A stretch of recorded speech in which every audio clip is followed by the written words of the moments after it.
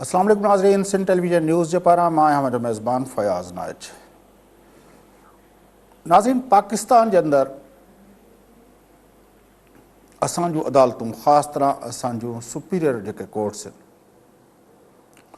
انہوں جو پاکستان کے ملکی معاملن میں تمام اہم کردار رہو ہے۔